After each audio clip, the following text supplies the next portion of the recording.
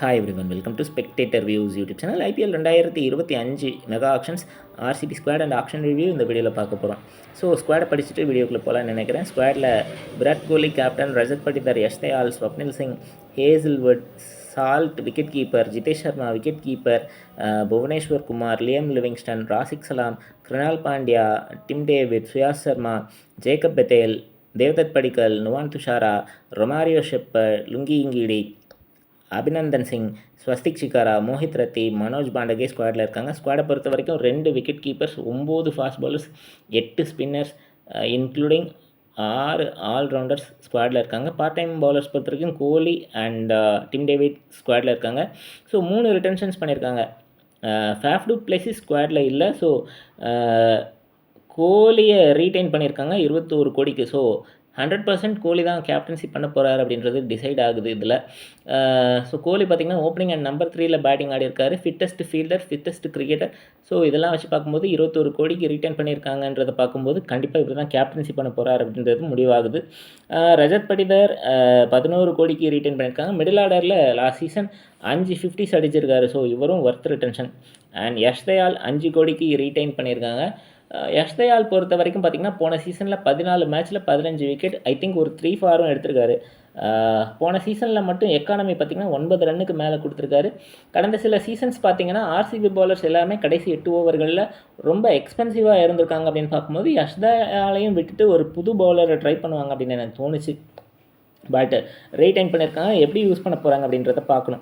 And RTM பண்ணது பார்த்திங்கன்னா ஸ்வப்னில் சிங்கை பண்ணியிருக்காங்க. பேஸ் ப்ரைஸ் 30 லட்சம், 50 லட்சத்துக்கு ஆர்டிஎம் பண்ணியிருக்காங்க. Left arm spin allrounder.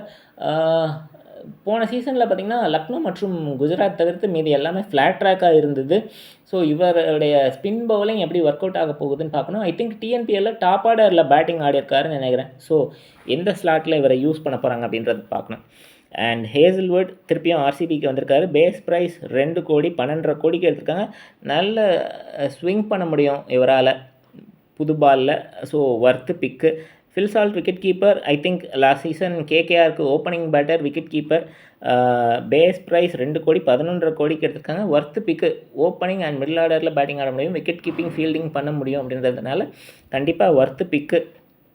Jitesh Sharma 1 கோடி, பேஸ் ப்ரைஸ் 11 கோடிக்கு எடுத்திருக்காங்க. ஏன் கேஎல் ராகுல் எடுக்கலை?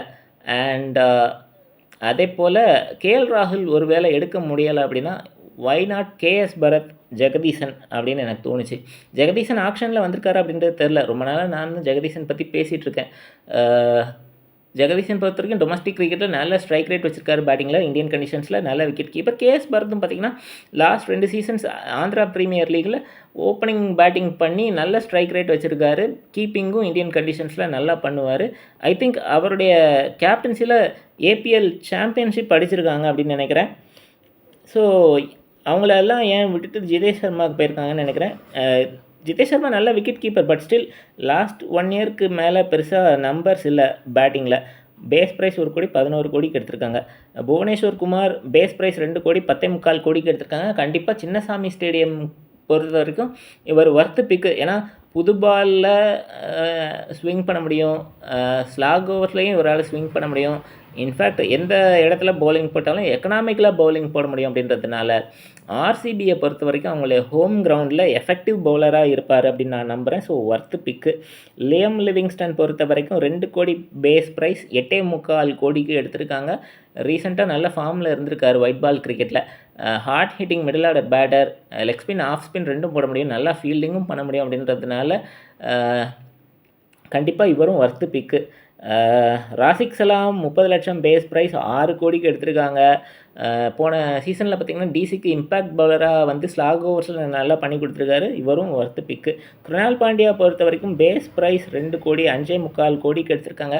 ரீசெண்ட் டைம்ஸில் பேட்டிங்கில் பெருசாக நம்பர்ஸ் இல்லை அப்படின்னாலும் பவுலிங்லேயும் விக்கெட்ஸ் எடுக்கலை அப்படின்னாலும் லாஸ்ட் ஒரு 6-7 இயர்ஸாக எக்கனாமிக்கில் பவுலிங் போட்டிருக்காரு. அப்படிங்கும்போது இவர் ஒரு எண்டில் எக்கனாமிக்கலாக போடும்போது அதர் எண்டில் விக்கெட்ஸ் விழுறதுக்கு நிறைய வாய்ப்புகள் இருக்குது. அப்படின்றதுனால சின்னசாமி ஸ்டேடியம் பொறுத்த வரைக்கும் இவரும் ஒரு ஒர்த்து பிக்கு as a spin bowler.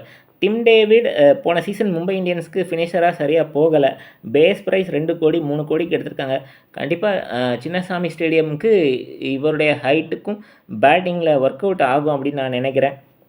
And Suyash Sharma 30 லட்சம் பேஸ் ப்ரைஸ் 2.60 கோடிக்கு எடுத்திருக்காங்க. ஒரு அன்னோன் கமாடிட்டியாக கேகேஆரில் வந்து நல்லா பண்ணியிருக்காரு அப்படின்றதுனால இவரும் worth pick. Jacob Bethell left arm spin all rounder 1.25 crore 2.60 கோடிக்கு எடுத்திருக்காங்க. ஒர்த் பிக்கா இல்லையா அப்படின்றது வெயிட் பண்ணி தான் பார்க்கணும். ஏன்னா இந்தியன் கண்டிஷன்ஸில் இது வரைக்கும் அவர் விளையாடினதில்லை. ஸோ தேவ்தத் படிக்கல் பேஸ் ப்ரைஸ் 2 கோடிக்கே எடுத்திருக்காங்க. ராஜஸ்தான் ராயல்ஸில் மிடில் ஆர்டரில் பேட்டிங் பண்ணியிருக்காரு. மிடில் ஆர்டர் இவருக்கு பெருசாக ஒர்க் அவுட் ஆகலை. ஸோ திருப்பியும் ஆர்சிபியில் ஓப்பன் பண்ண போகிறாரா, மிடில் ஆர்டரில் விளையாட போகிறாரான்னு வெயிட் பண்ணி பார்க்கணும். Nuwan Thushara medium fast bowler, base price 75 லட்சம் 1.60 கோடிக்கு எடுத்திருக்காங்க. ஸ்லோ பிச்சஸில் எஃபெக்டிவாக இருப்பார். ரொமாரியோ ஷெப்பர்ட் பொறுத்த வரைக்கும் ரீசெண்டாக இன்டர்நேஷ்னல் மேட்சஸ்லேயும் சரி, லீக் மேட்சஸ்லேயும் சரி, பவுலிங்கில் ரொம்ப எக்ஸ்பென்சிவாக இருந்திருக்காரு. அண்ட் அதே போல் பேட்டிங்லேயும் லாஸ்ட் சீசன் இவருக்கு சரியாக அமையலை. ஸோ பேஸ் ப்ரைஸ் 1.5 கோடிக்கே எடுத்திருக்காங்க. லுங்கி இங்கிடி சென்னைக்கு விளையாடும்போது எஃபெக்டிவாக இருந்திருக்காரு. பேஸ் ப்ரைஸ் 1 கோடிக்கு எடுத்திருக்காங்க. மற்றபடி அபிநந்தன் சிங், ஸ்வஸ்திக் சிக்காரா, மோஹித் ரத்தி, மனோஜ் பாண்டகே 4 பேரையும் பேஸ் ப்ரைஸ் 30 லட்சத்துக்கு எடுத்திருக்காங்க. ஸோ ஓவராலாக இந்த ஸ்குவாடை பார்க்கும்போது கேஎல் ராகுல் ஏன் எடுக்கலை? ஏன்னா கேஎல் ராகுல் ஹோம் கம்மிங் அப்படின்னு எல்லோரும் எதிர்பார்த்தாங்க. தினேஷ் கார்த்திக்கு ரீப்ளேஸ்மெண்ட்டாக அந்த இடத்துக்கு ஜிதேஷ் சர்மாவை எடுத்துகிட்டு வந்திருக்காங்க. அண்ட் அதே போல் வில் ஜாக்ஸ் ஏன் எடுக்கலை? இது 2ம் பெரிய குறை. மற்றபடி பார்க்கும்போது ஓப்பனிங் யார் பண்ண போகிறா, மிடில் ஆர்டர் யார் பண்ண போகிறா, அவங்களுடைய பவுலிங் ஆப்ஷன்ஸ் எப்படி இருக்க போகுது, இதெல்லாம் வச்சு தான் ஸ்குவாடில் இன்ஃபேக்ட் இவங்களுடைய ப்ராக்ரஷன் முடிவாக போகுது. ஸோ எந்த லெவலுக்கு போவாங்க, நாக் அவுட்ஸ் போவாங்களா, ஃபைனல் போவாங்களா, டைட்டில் அடிப்பாங்களா அப்படின்றத கமெண்ட் செக்ஷனில் பதிவு செய்யுங்க. உங்களுக்கு இந்த வீடியோ பிடிச்சிருந்தா லைக் பண்ணுங்கள், ஷேர் பண்ணுங்கள், கமெண்ட் பண்ணுங்கள், சப்ஸ்கிரைப் பண்ணுங்கள். இது வரைக்கும் சப்ஸ்கிரைப் பண்ணாதவங்க சப்ஸ்கிரைப் பண்ணிவிட்டு பக்கத்தில் இருக்கிற பெல் ஐக்கானை கிளிக் பண்ணுங்கள். நாங்கள் வீடியோஸ் போடும்போது நோட்டிஃபிகேஷன்ஸ் வரும். தேங்க்யூ ஸோ மச் ஃபார் வாட்சிங்.